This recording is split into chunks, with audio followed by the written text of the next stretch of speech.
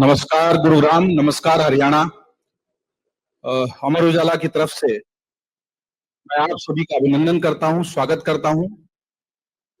अमर उजाला के अमृतोत्सव और भारत की आजादी के भी 75 वर्ष पूर्ण होने पर जो हमने एक थीम रची, स्वर्णिम शताब्दी की ओर, और उसके हमने कई राज्यों की राजधानी में संवाद का सिलसिला आरंभ किया।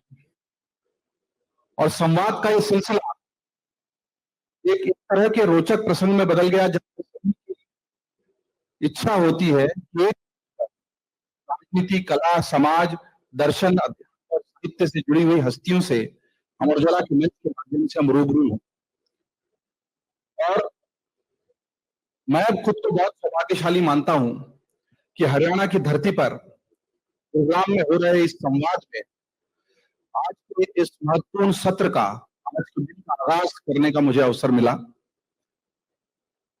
आज के जमाने में जब मैं खुद डिजिटल को जीता हूं, डिजिटल में सांस लेता हूं, 75 वर्ष पुराने प्रतिष्ठित और गौरवशाली अखबार और मीडिया समूह अमर उजाला से जुड़ा हूं, और उस डिजिटल की दुनिया में जब रील्स, सोशल मीडिया हावी है, वायरल शब्द बीमारी से ज्यादा कुछ और मायनों में प्रचलन में आ गया है, तब हमको कुछ ऐसे प्रतीक मिलते हैं जो मरुस्थल में, जहां पर मृग मरीचिका होती है, एक सुंदर झील का, एक ताल का एहसास कराते हैं।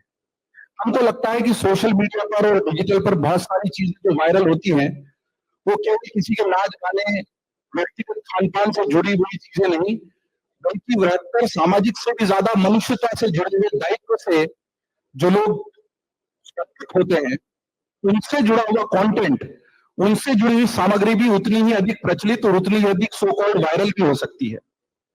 और इसीलिए मैं चाहता हूं कि आपकी जोरदार तालियों के बीच हम इस्तकबाल करें, स्वागत करें, अभिनंदन करें ब्रह्म कुमारी शिवानी बहन जी का, जिनके प्रेरणादायी उद्बोधन हम लोग यूट्यूब पर, इंस्टाग्राम पर, तमाम सोशल मीडिया पर सुनते हैं।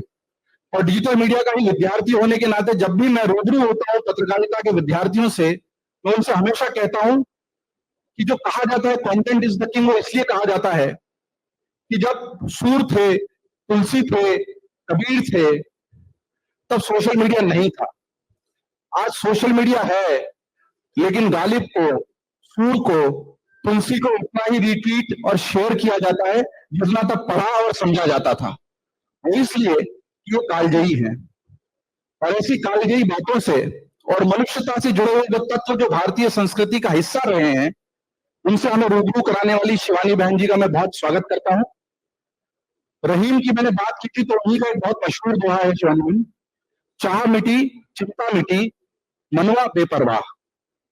चाह मिटी, चिंता मिटी, मनवा बेपरवाह, और जिनको कछु ना चाहिए सोई शहंशाह। यानी जिनको कुछ नहीं चाहिए, सबसे बड़े बादशाह, सबसे बड़े रईस, सबसे ज्यादा अमीर तो वही है। दोनों में खूबसूरत दिखाई देने वाला ये जीवन दर्शन क्यों जिंदगी के धरातल पर आकर उतना व्यावहारिक नहीं नजर आता?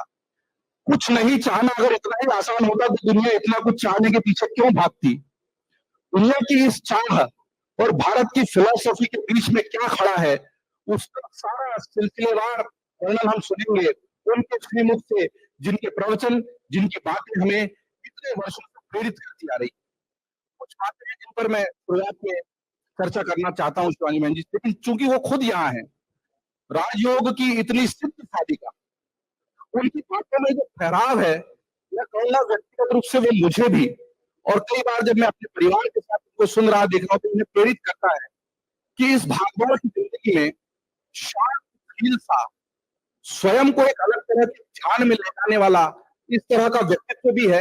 ये आध्यात्मिक चेतना कहां से आती है तो जानूंगा। उससे पहले मैं चाहता हूं कि ओम शांति के साथ शिवानी बहन जी की बात शुरुआत करें। उससे पहले हमें राजयोग के उस 1-2 मिनट के शांत वातावरण में ले जाए जहां उस ध्यान और आत्म से ऊपर कर हम इस वार्तालाप की शुरुआत करेंगे। सुबह की इतनी पवित्र, इतनी आध्यात्मिक, इतनी स्फूर्ति देने वाली शुरुआत से अगर संवाद का आगाज होगा, तो मुझे पूरा भरोसा है कि संवाद का यह सिलसिला अधिक ऊर्जा के साथ आगे बढ़ेगा।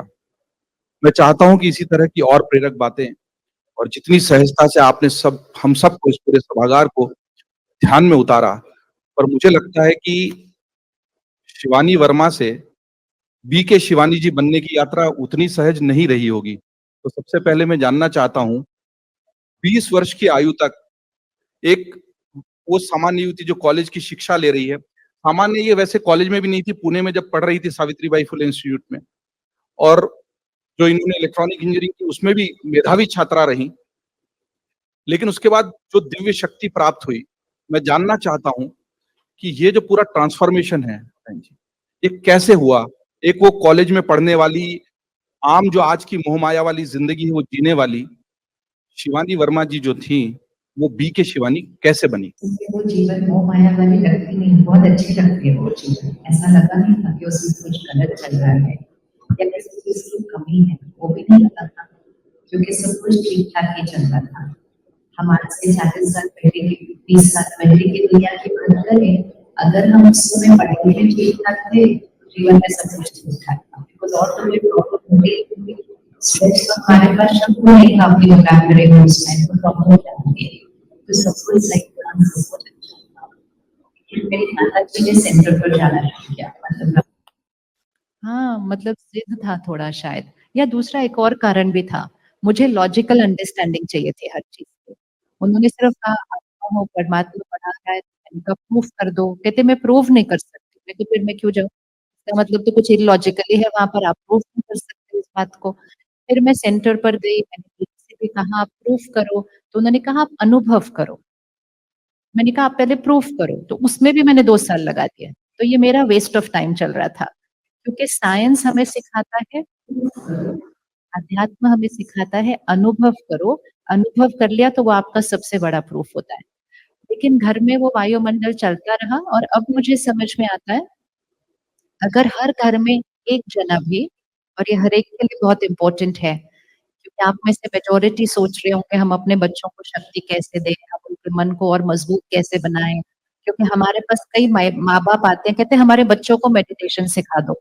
हम कहते हैं आप पहले आ जाओ, कहते हैं हमारे पास टाइम नहीं, आप हमारे बच्चों को सिखा दो। तो ये नहीं हो सकता है। लेकिन परिवार में से एक जना भी अगर अपनी शक्ति बढ़ाना शुरू करता है, घर में वो वातावरण फैल जाता है, जैसे एक अगरबत्ती की खुशबू एक कोने से फैला देती है। तो वो वाइब्रेशन फैलता गया, और क्योंकि वो भोजन हमारे लिए बनाती थी, तो जैसा अन्न होता है वैसा मन होता है।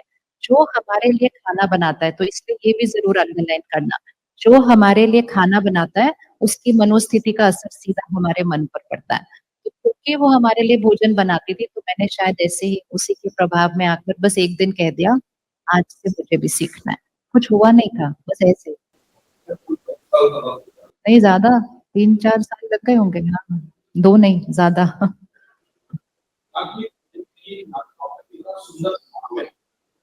कोई नरेंद्र नाथ दत्त अपने घर से निकलकर कैसे विवेकानंद बनता है, अगर आप उस कहानी पर जाएं तो आपको पता लगता है कि युवा ऊर्जावान पति बालक नरेंद्र नाथ अपने गुरु रामकृष्ण परमहंस से पूछता है कि ईश्वर है तो बता।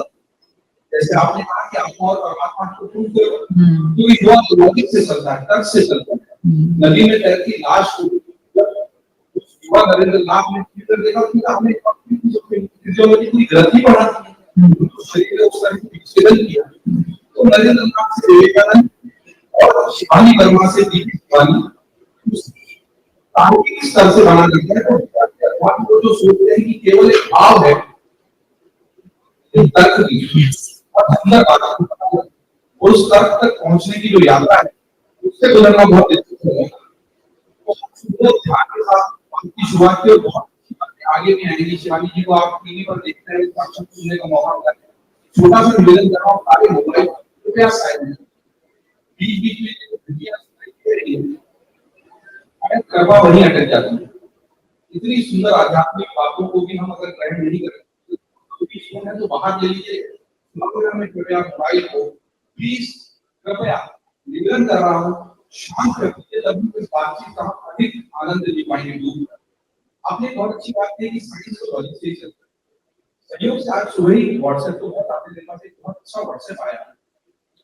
The problem of today's world is science is gathering knowledge more faster than the society is gathering wisdom. Science और स्पिरिचुअलिटी। अब इतने साल बाद मुझे समझ में आया कि स्पिरिचुअलिटी भी एक साइंस है। साइंस में भी एक्सपेरिमेंट करते हैं, एक्सपेरिमेंट के बाद रिजल्ट मिलता है, और जब रिजल्ट मिलता है उसको फैक्ट कहा जाता है कि दिस इज अ फैक्ट, ये इंफॉर्मेशन है। अध्यात्म में भी एक्सपेरिमेंट करते हैं, सिर्फ फर्क ये है वो एक्सपेरिमेंट बाहर है, ये एक्सपेरिमेंट आंतरिक जगत में है। वाली जो बात आपने कही, और आप दुनिया घूमती हैं, दुनिया में भी आपकी बातें उतनी ही प्रचलित हैं, आप 7 तारीख से फिर अमेरिका के लंबे दौरे करते हैं। ये कि भारत ने ज्ञान को सबसे पहले हासिल किया, दुनिया को सिखाया, विश्व को बनाया। सबसे सवाल कहीं को इंफीरियर हीन मानने लगे।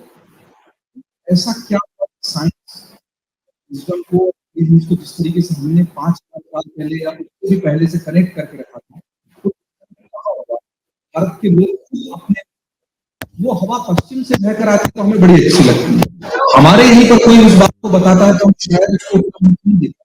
साइंस बहुत इंपॉर्टेंट है, बहुत पावरफुल है, उसमें कोई डाउट नहीं है। पिछले 30 सालों में साइंस ने हमें बहुत सारे सपने दिए हैं। अभी हम बाहर बात कर रहे थे कि जीवन पहले बहुत आसान थी, अब इतनी मुश्किल क्यों हो गई है। आप में से कौन कौन स्कूल में थे 30-40 साल पहले? हाथ उठाएं। तो थोड़ा सा रिवाइंड करके देखते हैं, क्या उस समय स्ट्रेस वर्ड था स्कूल में? स्ट्रेस वर्ड था स्कूल में? यस और नो? हाँ या नहीं था? नहीं था। डिप्रेशन वर्ड सुनते थे? आजकल स्कूल के डिप्रेशन के बारे में सिर्फ बात नहीं कर रहे हैं, अब डिप्रेशन अनुभव करना शुरू कर दिया। कैंसर कितना आम था जब हम स्कूल में थे? डायबिटीज कितने घरों में था जब हम स्कूल में थे? नहीं। डिवोर्स कितना होता था जब हम स्कूल में थे? ड्रग्स कितने थे जब स्कूल में थे? ये सारी चीजें आपके और मेरे जीवन काल की हैं, ये इतिहास नहीं है। हम हैं जिन्होंने ये ग्राफ को देखा है।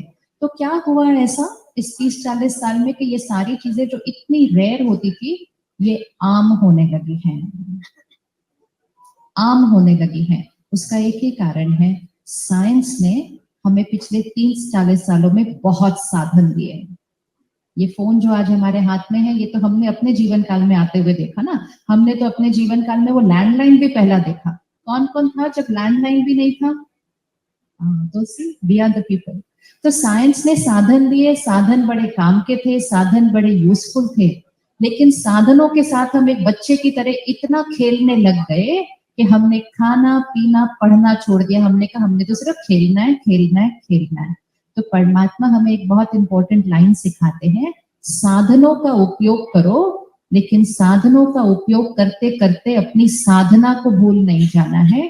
साधनों को मालिक बन के यूज करना है, साधनों का गुलाम नहीं बन जाना है। तो हम साधनों के गुलाम बन गए। सुबह उठते हैं फोन के साथ, रात को सोते हैं फोन के साथ, और सारा दिन वो है। तो यहाँ के लिए हमने समय नहीं निकाला, समय नहीं निकाला। आज हम किसी से कहते हैं 15-20 मिनट रोज मेडिटेशन कीजिए, कहते मरने की फुर्सत नहीं है, आप बोलते हो सुबह सुबह आंख बंद करके ऐसे बैठ जाओ। तो ये हमारी सोच है कि this is waste of time, क्योंकि हमारे पास इतना है, मैं उतने 15-20 मिनट में एक डील क्रैक कर दूंगा ना। तो हमारे लिए बाह्य जगत और बाह्य तरक्की, एक और छोटी सी गलती जो हमने की है, हमने बाह्य तरक्की को सफलता की परिभाषा माना है। स्कूल में भी जो बच्चा फर्स्ट आता है उसको सक्सेसफुल कहा जाता है। अगर दूसरा बच्चे के नंबर कम हो लेकिन संस्कार बहुत अच्छे हो, तो भी उस बच्चे को फेलियर कहा जाता है। ये एज अ समाज हमारा फेलियर है, ये हमारा फेलियर है कि हमने संस्कारों को नहीं, सिर्फ बाह्य उपलब्धियों को सफलता कहा। तो जिस चीज को हम हर मैगजीन कवर पे डालेंगे, जिस चीज को हम हर जगह वो करेंगे, तो हर एक को सक्सेस चाहिए, तो हर एक वो। तो हिंदी में सफलता शब्द है, और सफलता अर्थात हाथ ऐसे होता है। अचीवमेंट मतलब हाथ ऐसे होता है। देवी देवताओं के हाथ ऐसे होते हैं। दिया भी इसीलिए जलाया जाता है कि हमेशा दिया बन के रहना। तो सफल करना, अपना जीवन सफल किया, अपना समय सफल किया, अपनी हर श्वास सफल की, तो आप सफल व्यक्ति हैं। लेकिन किसी ने हमने सिखाया, आप जितना कमाएंगे, आप जितना नाम मान शान पाएंगे, उतना आप सफल हैं। तो जो हमें सिखाया जाएगा, जो हर तरफ मेरे चारों तरफ होगा, जो हर अखबार हर मैगजीन कवर पर होगा, जिसको हर मंच पर अवार्ड मिलेगा, वही सफल। तो फिर वही तो सब बनना चाहेंगे ना। संस्कारों के लिए अवार्ड देते हैं कभी हम? नहीं, हम अचीवमेंट के लिए अवार्ड देते हैं। तो फिर हर एक को वही चाहिए, इसीलिए सभी उस डायरेक्शन में चल रहे हैं। अब लेकिन 30-40 सालों में हमें उसका रिजल्ट दिखाई दे रहा है। इसका मतलब ये नहीं है कि अचीवमेंट के लिए मेहनत नहीं करनी, लेकिन संस्कारों को साथ पकड़कर फिर तब सफलता है। डिप्रेशन आ गया, डिवोर्स बढ़ गया, ड्रग्स आ गए, डायबिटीज आ गया, कैंसर आ गया, आज तो हम सुसाइड भी देख रहे हैं। तो मुझे नहीं लगता हम अपने आप को एक सफल समाज इस समय कह सकते हैं। बहुत बड़ा फेलियर है हम इस टाइम। जोरदार बजाइए तालियां। ये हमें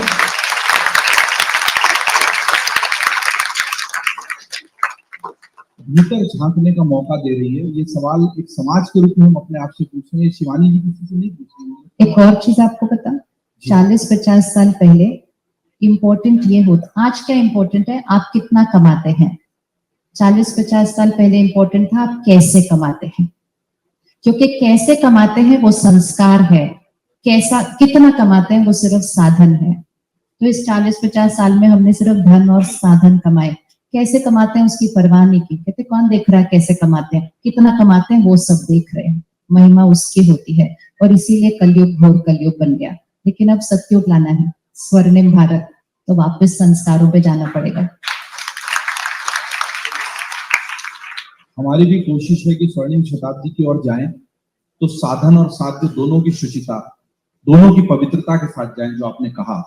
लेकिन शिवानी जी, कड़वा सत्य ये भी है कि इस तरह के मंचों पर, प्रवचनों में सामने बैठकर हम सुनते हैं, ताली बजाते हैं, थोड़ा सा खुद को झकझोरा हुआ महसूस करते हैं। जब सभागार से बाहर जाते हैं तो हम दुनिया के उसी चक्र में फिर से उलझते हैं, जहां पर कैसे भी कमाया हो पर पैसा होना चाहिए, घर के बाहर फॉर्च्यूनर और लैंड रोवर होनी चाहिए, बेहतरीन बंगला होना चाहिए, बच्चे को पढ़ाई के अच्छे अंकों के लिए वैसे ही प्रताड़ना जारी। ये दुष्चक्र खत्म आसानी से हो नहीं पाता। कड़वा सच तो यही है कि समाज में सफलता के पैमाने गलत तरीके से न केवल स्थापित हो गए हैं, ऐसा सोचने वाले भी बहुत लोग हैं कि ये सब बकवास है। अल्टीमेटली तो नौकरी चाहिए, पैसा चाहिए, घर चाहिए, गाड़ी तो चाहिए, और वो फिर इस तरह के विचारों को ज्यादा प्रसारित होने से रोक देता है। वो कैसे होगा? नौकरी चाहिए, घर चाहिए, गाड़ी चाहिए, गाड़ी नहीं 4 गाड़ी खरीदे, उसमें कोई प्रॉब्लम नहीं। आध्यात्म ये नहीं कहता है पैसे नहीं कमाना, बहुत पैसे कमाइए, बहुत तरक्की से कमाई करिए, लेकिन ध्यान रखिए धन वो पहली ऊर्जा है जो घर आती है। 4 शब्द हैं, धन, अन्न, मन और तन। तो अगर अपने मन को शक्तिशाली बनाना है, तन को स्वस्थ बनाना है, उसके लिए पहले धन सही आना चाहिए घर पर।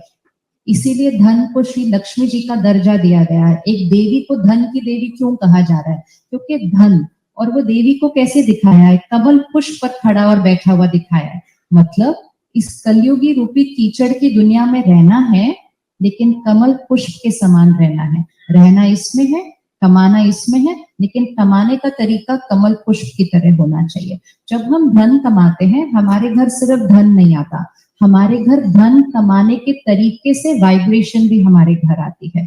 उस वाइब्रेशन में किसी की दुआ लगी होनी चाहिए, ताकि वो जो धन घर आएगा वो सामान लाएगा, जो दुआएं घर आएंगी वो सुकून और सेहत और अच्छे रिश्ते लेकर आएगी। लेकिन अगर धन कमाने के समय मैंने सिर्फ अपने बारे में सोचा, दूसरे के साथ मैंने थोड़ा सा ऊपर नीचे कुछ कर दिया, मैंने दूसरे को डांट करके अपना काम करवा लिया, मैंने दूसरे को झूठ बोलकर अपना काम करवा लिया, और कभी कभी तो उससे ज्यादा भी कुछ करके अपना काम करवा लिया, तो धन घर आ जाएगा, लेकिन धन के साथ किसी की दुआओं की ऑपोजिट एनर्जी घर आएगी। उसी धन से हम बच्चों को अन्न खिलाते हैं, उसी धन से हम बच्चों की पढ़ाई की फीस देते हैं, उसी धन से हम एक मकान बनाकर उसके अंदर रहते हैं। तो हमारे हर चीज के अंदर वो किसी की दुआओं की ऑपोजिट एनर्जी लगी हुई है, क्योंकि वो धन उस तरीके से आया है। धन बहुत कमाना है, लेकिन दुआओं के साथ कमाना है। एक छोटा सा एग्जाम्पल, आज शाम को आप मार्केट जाते हैं, आप किसी भैया को कहते हैं 1 किलो एप्पल देना, क्या हमें आज भी ऐसा दुकानदार मिलता है जो हमें कहता है साहब मेरे से नहीं लो, आज ना ताजा नहीं है, आप सामने वाली दुकान से ले लो? मिलता है या नहीं मिलता? मिलता है या नहीं मिलता? अभी भी मिलता है, कम मिलेंगे लेकिन मिलेंगे जरूर। आपको अभी भी वो बेकरी मिलेगी जो बोलेगा साहब ब्रेड आज मेरे से मत लो, आज ना ताजी नहीं है, सामने वाली दुकान पर जाना। वो एक बिजनेसमैन है, वो एक व्यापारी है। हमारे लिए वो 200-250 रुपए के सेब या वो 50 रुपए की ब्रेड कोई बड़ी बात नहीं है, लेकिन उसके लिए शायद आज उसके बच्चों के खाने के पैसे थे वो। लेकिन उस दिन उस बिजनेसमैन ने क्या किया? उसने अपने बारे में नहीं सोचा, उसने आपके बारे में सोचा। ये होता है ऐसे बिजनेस करने का तरीका, दूसरे के बारे में सोचा। उस दिन उसने धन नहीं कमाया, लेकिन उस दिन आपकी तरफ से उसने क्या कमाया? आप घर जाएंगे, आप 4 लोगों को बताएंगे, बताओ क्या दुकानदार है, मैं ले रहा था उससे अच्छा भला, तो भी उसने कहा सामने वाली दुकान के पास चले जाओ। उस दिन उसने दुआएं कमाई। आप 5 लोगों को और बताएंगे, पता है वो दुकानदार के पास जाना बड़ा अच्छा है। उसके बाद जीवन भर आप उस दुकान पे जाएंगे, आप जीवन भर कभी उससे रेट भी नहीं पूछेंगे, आप देखेंगे भी नहीं कि वो क्या तोल के दे रहा है। उस दिन उस बिजनेसमैन ने धन नहीं कमाया, लेकिन उस दिन उसने दुआएं कमाई। अब भाई साहब कहेंगे दुआओं से तो घर नहीं चलता, घर के लिए धन चाहिए होता है। तो सिद्धांत ये है स्पिरिचुअल लॉ। इसको एक्सपेरिमेंट करके देखेगा।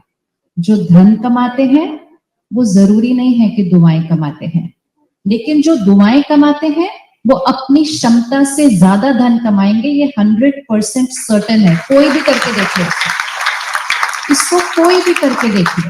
लेकिन इम्पोर्टेंट ये है कि उनके घर में धन और दुआएं दोनों आएंगी। हमें दोनों चाहिए। आध्यात्म ये नहीं कहता कि धन की क्या जरूरत है, नहीं नहीं, सब कुछ चाहिए, गाड़ी चाहिए, मकान चाहिए, सब चाहिए, लेकिन पवित्र धन घर आना चाहिए। दुआओं से कमाया हुआ धन घर आना चाहिए, फिर सुकून, प्यारे रिश्ते और सेहत भी साथ साथ आएगी। धन जिस तरह आता है, धन उसी तरह जाता है। तो धन का आने का तरीका ठीक हो जाए तो फिर धन ठीक सफल। राजयोग की सिद्ध साधिका कर्मयोग का भी उतना ही अच्छा हमें ज्ञान है। जोर से ताली बजा दीजिए। लेकिन मैं चाहता था ये बातें सामने आए, क्योंकि हम उस देश के वासी हैं जहां पर सदियों से कहा गया है सर्वे भवन्तु सुखिनः, सर्वे सन्तु निरामया, सर्वे भद्राणि पश्यन्तु, मां कश्चित् दुख भाग भवेत्।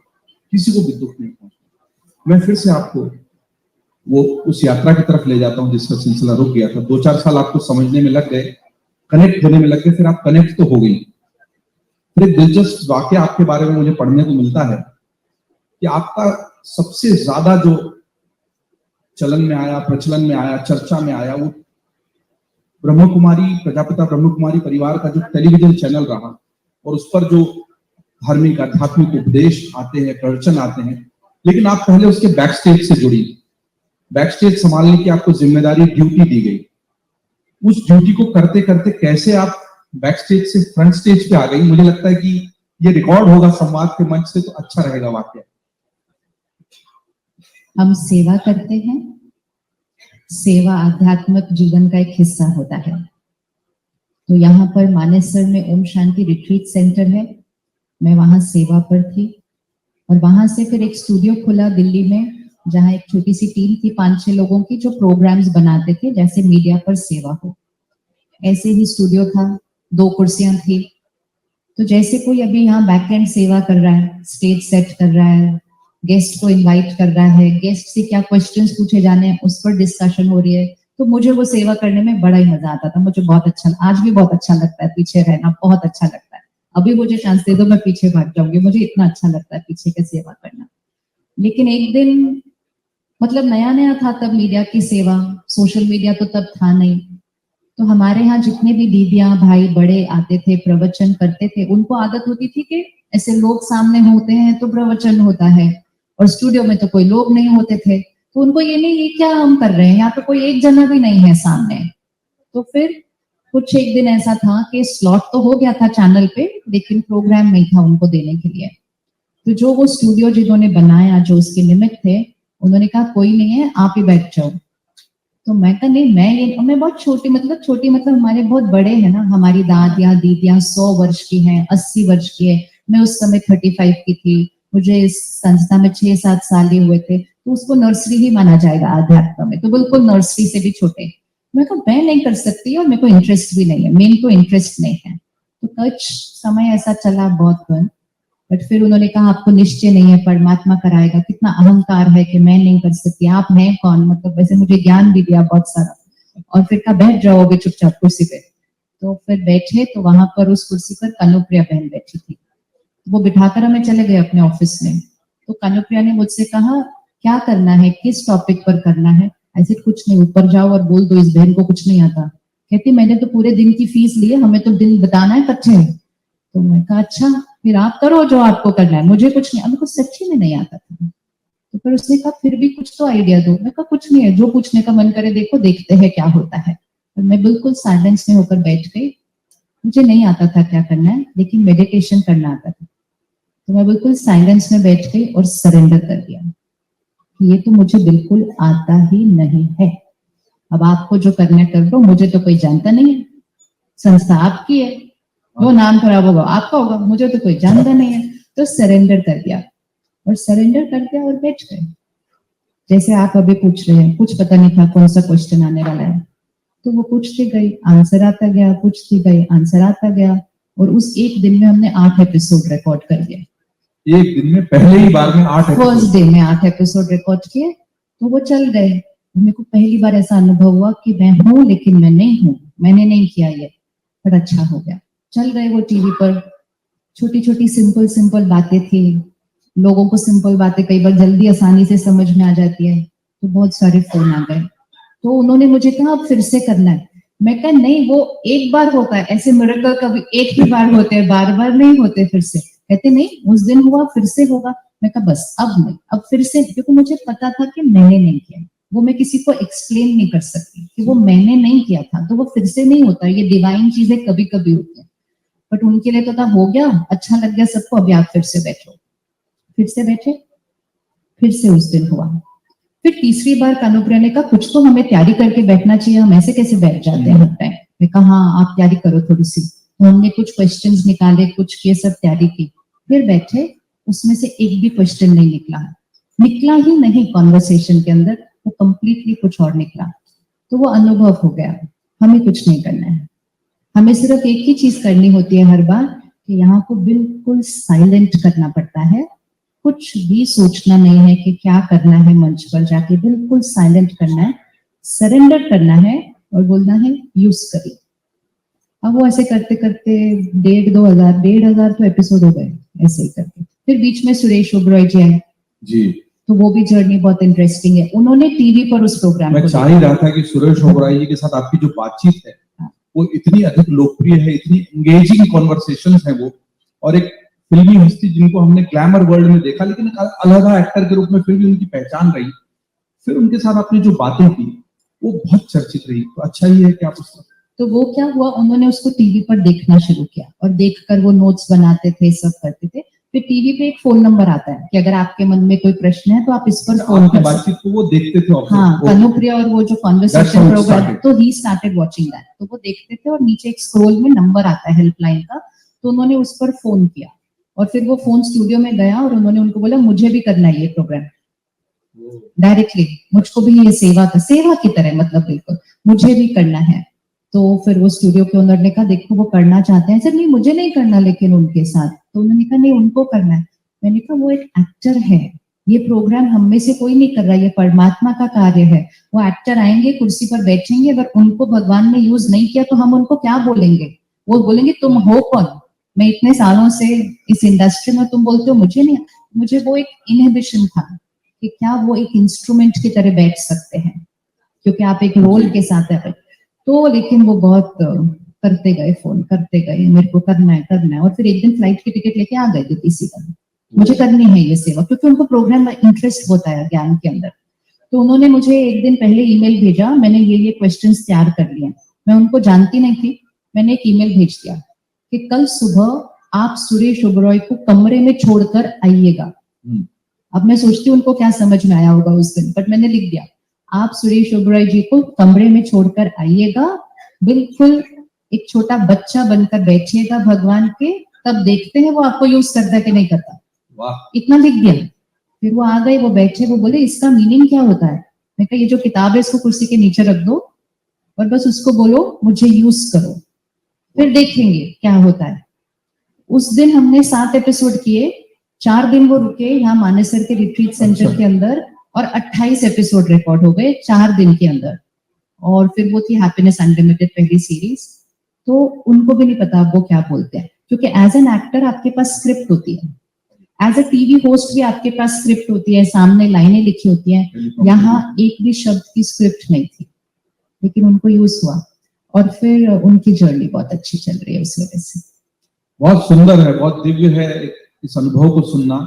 एक डिवाइन कनेक्ट था, उस दिव्य शक्ति ने उसको किसी भी नाम से आप पुकारिए और किसी भी रास्ते से प्राप्त की, आपको चुन लिया। और जो आपने समर्पण वाली बात कही, मंदिर के आप मंच पर आई, आपने अपने जूते भी वहां पर उतारे। ऐसे ही मैंने कहीं पढ़ा था कि दरअसल मंदिर के बाहर हम जूते नहीं उतारते, हम अपने स्व को छोड़ते हैं, अहंकार को छोड़ते हैं, अपने ईगो को छोड़ते हैं, अपनी हस्ती को छोड़ते हैं, तभी हम ईश्वर को सही मायने में स्वयं को समर्पित कर पाते हैं। आत्मसमर्पण से अध्यात्म की इस यात्रा को सुनना बहुत दिलचस्प रहा। लेकिन ये जो आपको टीवी वाला दिव्य अनुभव हुआ, और अब तो आपकी इतनी प्रतिष्ठा, इतनी प्रसिद्धि हो गई है, आपको क्या लगता है जब पीछे मुड़कर उसको याद करती हैं? मुझे अनुभव अभी भी वैसा ही होता है, सेम। मुझे आज भी कोई भी प्रोग्राम के पहले ये होगा कि मुझे नहीं आता, और आज भी मुझे वो कॉन्शियसनेस सेट करती हूँ कि मुझे नहीं आता, मुझे सिर्फ बैठना है। जैसे ये माइक को सिर्फ ऐसे सेट रहना है, ये एक इंस्ट्रूमेंट है, ये एक इंस्ट्रूमेंट है, करवाने वाला कोई और है। आज भी मेरी वही कॉन्शियसनेस रही, और जिस दिन मेरे को दिख रहा है बोलते समय ये तो मैं बोल रही हूँ, वो भी फर्क पता चल जाता है मेरे को, वाइब्रेशन एनर्जी में फर्क पता चलता है। इतना आसान सौंप देना होता नहीं है, पर जब आप सौंप देते हैं तो जो निकलकर बाहर आता है वो दिव्य चेतना होती है, ऊर्जा होती है, जिससे पूरी बातचीत जो है शिवानी बहन जी से, वो तो है ही पूरी। लेकिन इस सभागार में शिवानी जी जो लोग बैठे हैं, कॉर्पोरेट वर्ल्ड के भी लोग हैं, बहुत सारे क्लाइंट्स हैं, हमारे बार के साथी हैं, सब लोग चाहते तो हैं उसको प्राप्त करना, लेकिन डिलेमा सबसे स्ट्रांग इसी कम्युनिटी में भी होता है, जो वर्किंग क्लास भी है, बिजनेस क्लास भी है। वो उस डिवाइन एनर्जी से कनेक्ट होना चाहते हैं, लेकिन साथ में जीवन का जो चक्र है, जो मोह माया है, उसको भी नहीं छोड़ पाते। ये बड़ा विचित्र तरह का विरोधाभास, एक विडंबना है, एक बहुत बड़ी भ्रांति है। मुझे भी बहुत बार लोग पूछते हैं क्या हुआ आपके जीवन में जो आप वहां चले गए। मैं कहाँ चले गए? हम तो कहीं नहीं चले गए। कहते नहीं, आप इंजीनियरिंग कर रहे थे, इधर थे, अब आप वहां चले गए। तो हमें लगता है कि हमारी जीवन और अध्यात्म दो अलग रास्ते हैं। ये सबसे बड़ी भ्रांति है, और इसीलिए लोग दूसरे रास्ते पे चलना नहीं चाहते। आध्यात्म एक दूसरा रास्ता नहीं, आध्यात्म जीवन में चलने का सही तरीका सिखाने वाली चीज है। वो एक अलग रास्ता नहीं है। वो कैसे सोचना है वो सिखाता है, वो क्या संस्कार बनाने हैं वो सिखाता है, वो कैसे श्रेष्ठ कर्म करने हैं वो सिखाता है। वो सिखाता है कि अगर कोई आपके साथ गलत करता है तो आपको उसके लिए कैसे सोचना है। वो ये सिखाता है जीवन में अगर कुछ पाना है तो उसको किस विधि से पाना है। परमात्मा को कैसे अपना साथी बनाकर सौंप करने, साथी बनाकर, निमित्त बनकर हर कर्म को करते जाएं। बहुत मेहनत करें, बहुत कमाएं, लेकिन साथ साथ संस्कार और कर्मों का ध्यान रखें। ये आध्यात्म है। इट्स लाइक सेइंग हम इतना काम कर रहे हैं कि हमारे शरीर का स्वास्थ्य का ध्यान रखने का हमारे पास टाइम नहीं है। ऐसा तो नहीं है। क्या हम सब रोज खाना खाते हैं? हाथ उठाइए, कौन कौन रोज खाना खाते हैं? अच्छे से हाथ उठा लो। रोज खाना खाते हैं? हाँ, टाइम मिलता है ना खाना खाने के लिए। रोज सोते भी हैं, एक आधा दिन नहीं सोएंगे और कितने दिन नहीं सोएंगे, क्योंकि हमें पता है अगर हमने खाना नहीं खाया, अगर हमने आराम नहीं किया, अगर हमने पानी नहीं पिया तो शरीर ठीक नहीं रहेगा। ठीक नहीं रहेगा तो हम कमाएंगे कैसे? तो मेहनत करने के लिए, कमाने के लिए शरीर का ध्यान रखना पड़ता है। लेकिन हमें ये किसी ने नहीं सिखाया कि साथ साथ मन का भी ध्यान रखना पड़ता है, क्योंकि कुछ था भी नहीं। 30-40 साल पहले मन का ध्यान रखे बिना भी मन ठीक ठाक ही चल रहा था। उसके लिए अलग ध्यान रखने की जरूरत नहीं पड़ती थी। लेकिन ये जब से हमारे पास खिलौने आ गए ना बहुत सारे, हम ना ठीक से सोते हैं, हम ना ठीक से खाते हैं, रात को सोते भी हैं तो फोन और टीवी देखकर सोते हैं। किस किस को सुबह उठकर थोड़ा सा और सोने के मन करता है? अभी मेरे को तो करता है। इसलिए आपको पता है हमारे खिलौने पे स्नूज बटन इसीलिए है कि 6-7 घंटे सोने के बाद अब 6 मिनट और सोइए। और किस किस को ट्रेन में, फ्लाइट में बैठे बैठे कभी भी झटका लग सकता है, नींद आ सकती है। किस किस के पास ये विशेषता, बैठे बैठे कहीं भी सो सकते हैं? हाथ उठाइए जरा अच्छे से। और हमें लगता है ये बड़ी विशेषता, कहते हैं ना तो कभी भी कहीं भी सो सकता है। जो कभी भी कहीं भी सो सकता है, जिसको 6-7 घंटे सोने के बाद भी और सोने का मन करता है, तो वो साइन है कि नींद की कमी है। स्लीप डिप्राइव्ड एक बहुत बड़ा एपिडेमिक है इस समय। क्यों स्लीप डिप्राइव्ड है? घर पहुंचने के बाद भी काम कर रहे हैं, काम के बाद एंटरटेनमेंट और डिस्ट्रेस के नाम पर कंटेंट कंज्यूम कर रहे हैं, जिसमें काम, क्रोध, लोभ, मोह, अहंकार है। ईर्ष्या, द्वेष, नफरत का कंटेंट हम एंटरटेनमेंट के नाम पर कंज्यूम करते हैं, और सारा कंज्यूम करने के बाद कहते हैं अब मेरा टाइम है, तो बिस्तर पर जाकर फोन के साथ बैठ जाते हैं। और ये सारा कुछ कंज्यूम करने के बाद जब हम सो जाते हैं तो नींद में वही सारी चीजें हमारे चित्त पर चलती हैं, और इसीलिए आज बच्चों के अंदर डिप्रेशन और एंजाइटी इतनी ज्यादा बढ़ती जा रही है। तो आध्यात्म हमें क्या सिखाता है? सारा दिन काम करो, बहुत मेहनत करो, परिवार को संभालो, रात को सोने से पहले 5-10 मिनट मेडिटेशन करो, इस मन चित्त को साफ करो, परमात्मा के ज्ञान के कुछ महावाक्य पढ़ो, अब सो जाओ। तो आध्यात्म मुझे क्या कह रहा है? रात के 10 मिनट अपने लिए रखो, सुबह का 1 घंटा अपने लिए रखो। ये 1 घंटा अपने लिए रखा, धन सही विधि से कमाया, अन्न सात्विक खाया, मन के लिए सुबह सुबह समय निकाला, बस।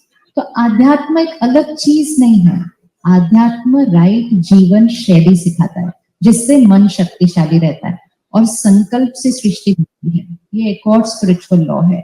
संकल्प से सृष्टि बनती है, संकल्प सही नहीं चले तो मन का स्वास्थ्य, तन का स्वास्थ्य, संबंध और काम पर भी तनाव। आप में से किस किस को खुशी चाहिए? हाथ उठाएंगे एक बार, थोड़ा अच्छे से उठाएंगे, अंधेरा बहुत है सामने। अब अपने आप से आज पूछिएगा, इतने साल से इतनी मेहनत की, इतनी तरक्की की, इतना धन कमाया, बड़े मकान और घर में 2 से ज्यादा गाड़ियां बाहर खड़ी हैं, लेकिन आज आपने हाथ उठाया है कि आपको खुशी चाहिए। ये है आध्यात्म की कमी। और अगर आपसे अभी पूछा जाएगा शांति चाहिए, तो भी हाथ उठाएंगे, प्यार चाहिए तो भी हाथ उठाएंगे। तो ये है आध्यात्म की कमी। अब आध्यात्म हमें क्या सिखाता है कि बाहर जो कमा लिया वो भी कमा लिया, लेकिन साथ साथ शांति, खुशी, प्यार चाहिए नहीं, भरपूर करके सारा दिन देनी है। कौन कौन चाहता है कि स्वर्णिम भारत आए? तो स्वर्णिम भारत में ना हाथ ऐसे होते हैं, सनातन धर्म ये है। सनातन धर्म अर्थात हाथ ऐसे, प्यार चाहिए नहीं, खुशी चाहिए नहीं, शांति चाहिए नहीं, भरपूर होकर सबको प्यार, शांति, खुशी, सम्मान देने वाली आत्मा, इसलिए उनको देवी देवता कहते हैं, वो है सनातन धर्म। लेकिन कलयुग में आकर हम ऐसे की जगह ऐसे बन गए, खुशी चाहिए, प्यार चाहिए, शांति चाहिए, हर एक को मेरा कहना मानना चाहिए। तो जब चाहिए चाहिए होता है, दिया बुझ जाता है। हमने उस, अब देखो वो दिए सारे बुझ गए, अब हम डर जाएंगे, दिया बुझ गया, दिया बुझ गया तो अशुभ हो जाएगा, तो हम उस दिए को जलाने जाते हैं। वो दिया जलाना हमें सिखाता है कि जीवन में हमेशा दिया बन के रहना। जब तक दिया बन के रहेंगे जीवन शुभ रहेगा। दिया बुझ गया और ऐसे बन गए तो फिर जीवन अशुभ हो जाता है। अशुभ मतलब वो तनाव, दुख, चिंता वो आ जाती है। आपने बहुत सुंदर बात की, और जितनी सहजता से की, मुझे लगता है सभागार में भी जो लोग बैठे हैं वो जानना चाहेंगे आपकी दिनचर्या कैसी होती है। दिनचर्या सुबह शुरू होती है ब्रह्म मुहूर्त, अमृत वेले से। 4 से 5 बजे का सुबह का समय राजयोग के अभ्यास के लिए है, मेडिटेशन के लिए है। उसके बाद शारीरिक व्यायाम, योगा करो या वॉक पे जाओ। उसके बाद 6:30 से 8 बजे तक हमारी क्लास होती है, मतलब अध्ययन करते हैं। और उसके बाद का समय हर रोज अलग होता है, कोई अपनी नौकरी पे जा रहा है, कोई अपना बिजनेस कर रहा है, हम सेवा पे जा रहे हैं। फिर रात को सोने से पहले फिर 10 मिनट वो साफ करके योग करके फिर सोना, और सारा दिन में कर्म योग, ध्यान रखना है कि कर्म करना है, लेकिन स्थिति योगी की रखनी है, वो कर्म योग। तो जैसे ही स्थिति थोड़ी हिलती है तो वापस ठीक करना है उसको, कर्म योगी जीवन। इससे कभी डेविएट होती है इस लाइफस्टाइल हाँ। से, दिनचर्या से? लाइफस्टाइल से नहीं डेविएट होते, दिनचर्या- स्थिति में कभी डेविएट हो सकते हैं, लाइफस्टाइल में नहीं डेविएट, वो तो नेचर बन गई है। क्योंकि मैंने ऐसे बहुत से लोग देखे हैं जो इस तरह की दिनचर्या को शुरू करते हैं पर टिक नहीं पाते हैं उस पर, उतना कड़ा अनुशासन नहीं रह पाता, उनको लगता है ये बंधन है, ऐसा तो नहीं हो सकता रोज, तो वो सोचते हैं आज देर तक सो लेंगे, आज ध्यान नहीं किया तो क्या हो गया। उनके लिए क्या? देर तक सोना चाहे तो भी नींद नहीं आती ना, क्योंकि उतनी अगर दिन में स्थिति ठीक रखी तो सुबह नींद अपने आप जल्दी खुलनी ही है। और एक बार किसी को अमृत वेले की मेडिटेशन का अनुभव हो जाए, उसको ब्रह्म मुहूर्त कहा जाता है। मतलब वो 24 घंटे का मुहूर्त समय है, हाईएस्ट वाइब्रेशनल टाइम। तो मुहूर्त के समय कोई सोएगा तो क्या कहेंगे? तो जिसने सोया उसने खो दिया, फिर तो हम नहीं सो सकते उस समय पर। हमारे अगले सत्र के वक्ता मशहूर क्रिकेटर वीरेंद्र सहवाग, जिनकी हरियाणा की कुर्सी ताली बजा दीजिए, वो आ गए सभागार में। मेरे पास एक मिनट और दूंगा, बहुत अच्छी बातचीत चल रही है। एक रैपिड फायर हमेशा हम करते हैं हमारे संवाद में। मुझे पता है कि आप जब 20 वर्ष की आयु के बाद इस आध्यात्मिक चेतना की ओर बढ़ चली तो वो जीवन उस तरह का जीवन तो नहीं है, पर अलग तरह का है। फिर भी क्या अभी भी कोई फिल्म वगैरह देखती है? आखिरी फिल्म कौन सी देखी थी, कुछ याद है? 25 साल हो गया, मुझे फिल्म का नाम याद नहीं है। पुस्तक सबसे अच्छी जो पढ़ी हो और याद हो? 25 साल के बाद, 25 साल से नहीं पढ़ी, यही क्योंकि मैं अपनी थॉट प्रोसेस को बस एक ही डायरेक्शन में रखती हूँ। चेंज कर। भोजन में क्या पसंद है? भोजन में पसंद की बात नहीं है, सात्विक खाना, शाकाहारी, बिना प्याज लहसुन के, बाजार का नहीं खाना, सिर्फ जो रोज योग करता है, मेडिटेशन करता है, उसके हाथ का बना हुआ खाना, सात्विक खाना। आप इतनी देश दुनिया घूमती, लेकिन सबसे पसंदीदा जगह आपकी कौन सी है? यहाँ जब अच्छा होता है तो सारी जगह एक समान लगती है, प्रेफरेंस नहीं रहती कुछ भी उसके बाद। मुझे लगा था कि ऐसा ही कोई आध्यात्मिक उत्तर आएगा। हमने सत्र की शुरुआत की थी जब हमने केवल 1 मिनट के लिए खुद को ध्यान में डुबा लिया था और उसके बाद हम एकाग्र हो गए थे इस चर्चा से। मुझे लगता है कि आपकी बात के साथ और इसी तरह की कुछ ध्यान अध्यात्म के साथ अगर ये सत्र विराम पर आएगा, बातचीत तो आपसे बंद करने का मन नहीं कर रहा है, ऐसा लग रहा है आपसे बात करते रहें, सुनते रहें, क्योंकि हमें भी इस तरह की बातों से, उस लाइफ साइकिल से ब्रेक मिलता है जिसमें हम उलझे रहते हैं और इन सब बातों से जुड़ नहीं पाते। तो मैं चाहूंगा कि संवाद के इस सुंदर प्रथम सत्र का समापन भी आपके उसी विचार से होगा। इससे सीधा होकर बैठते हैं, ध्यान को वापस विकुटी के बीच केंद्रित करें जहां तिलक लगाते हैं, और अपने आप को देखें, इस शरीर को चलाने वाली चैतन्य शक्ति। मैं दिव्य आत्मा, शुद्ध आत्मा, सबको प्यार, शांति, खुशी देने वाली संपन्न आत्मा, भरपूर आत्मा, संतुष्टता मेरा संस्कार है, सफलता मेरा स्वभाव है, संसार परिवर्तन करने वाली मैं शुद्ध पवित्र सत्य की आत्मा, दिव्य आत्मा, पवित्रता, शक्ति, शांति,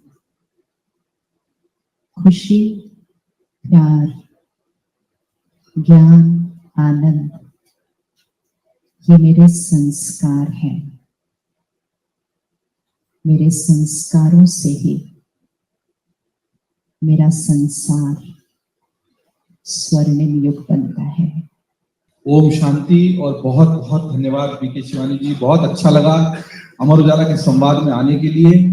आपकी इतनी अधिक व्यस्तता के बीच और एक परिवार में भी आपको कहीं जवाबदारी थी, उसके बावजूद आपने पूरा समय दिया।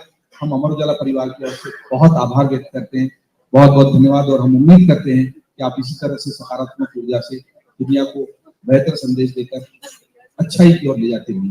धन्यवाद। अगर आप ये वीडियो YouTube पर देख रहे हैं तो हमारे चैनल को सब्सक्राइब करें और बेल आइकन को दबाना ना भूलें। अगर आप Facebook पर ये वीडियो देख रहे हैं तो हमारे पेज को लाइक करें।